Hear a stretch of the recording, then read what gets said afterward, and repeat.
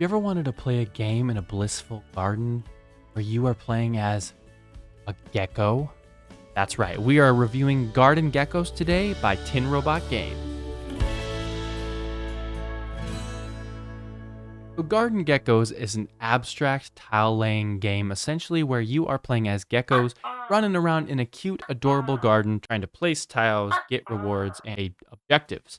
And if you achieve those objectives, you get victory points, and the goal of the game is to have the most victory points at the end of the game. This is actually a review of a game that's going to be coming out on Kickstarter, I believe, April 2nd, and it's from Tin Robot Games, James Staley, I believe, designer of this one. It's one of those types of games where I'm very interested in tile laying myself, so it's one of those games where you're just playing a tile, getting a resource, grabbing it, but it has some really unique and interesting decisions. So let's just go on over to how to play the game really quickly, and then we'll talk into my... Okay, so how you're going to be playing the game is you essentially have 3 tiles in your hand to start the game.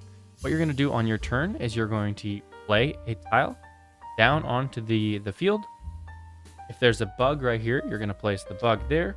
Then you're going to take one of your geckos and actually place it on that tile, spanning 2 of the tiles on the terrains that you see there.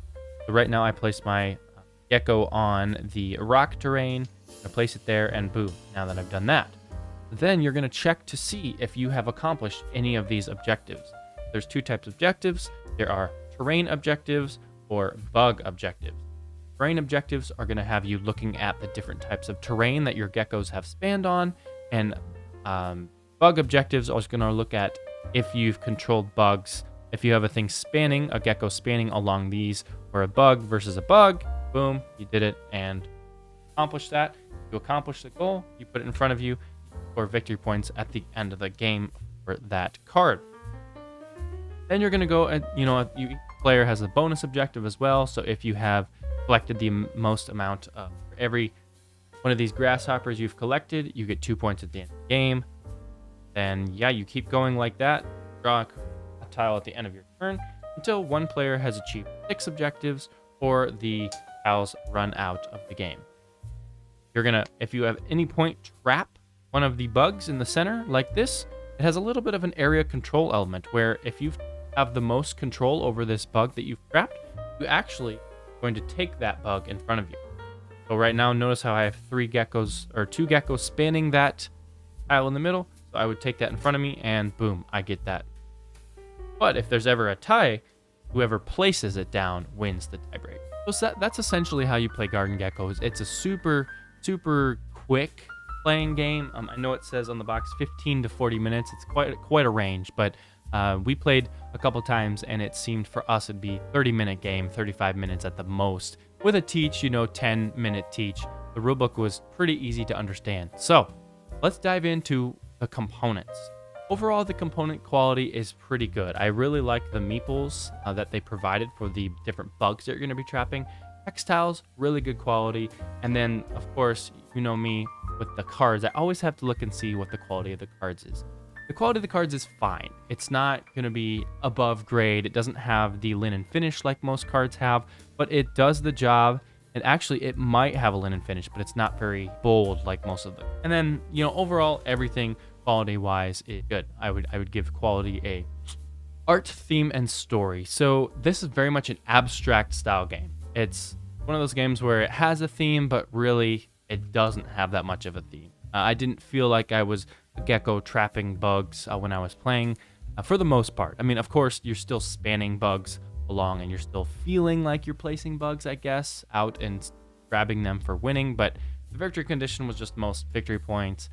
So it's very loose, but I think it's adorable, and the theme does really help with the game, with why you're playing these tiles where you are. So overall, theme and story was okay. Again, gameplay, so as most of you know, I love Cascadia. It's like my #1 game of all time. I was pretty excited at first to try this because I knew it was going to be a tile placement game, and I love tile play. It has some really interesting decision point. I will give it that. I really enjoyed where you need to place your tile to grab the bug, where you need to place the bug, which one do you like? Do you go for the terrain or do you go for the bug bonuses? Good decisions there. And there was a few times where I was like, dang, I made the wrong decision. If I would have just done this, then I would have got that, and then I would have got that. You can definitely decide to do the right thing or the wrong thing at the wrong times. and then that'll make or break the game. We actually, the first game we did, we tied, and we just learned that the tie rule was that whoever has the most captured bugs at the end wins. So I ended up winning. Yeah, I'm kind of good. I'm not. I'm really bad at board games, but I ended up winning, so I really had a good time overall with it. In regards to the gameplay of the objectives, I love the scoring objectives. I love anything with private objectives here. It really helps make the game give you some sort of goal without the players knowing. And then the terrain objectives I found to be the most fun. The terrain objectives, essentially, if you span your gecko across these objectives, you capture all of these, then you get points. I really liked the terrain objectives, and it was almost the more easy way to play the game. And then we have the bug objectives, which was fine. I found the bug objectives to be a lot more confusing than anything because visually it was kind of hard to see where the bug objectives were. So it's like, in this one, I didn't quite understand if you had to, span over each of these to grab the bug, which I assumed we did that. And then over here, with the lines, they specifically have lines, and you had to span over that exact bug type to get it. So I found that to be a little tough to see from a visual standpoint of the game.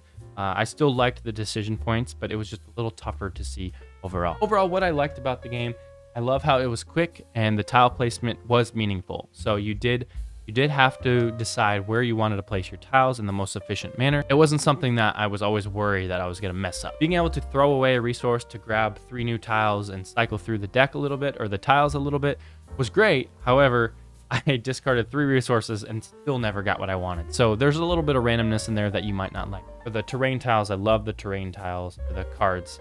And then overall, I just love the meeples and the components. What I didn't like was, I think I kind of described that a little bit, it was a little harder to understand the bonus objectives for the bug scoring.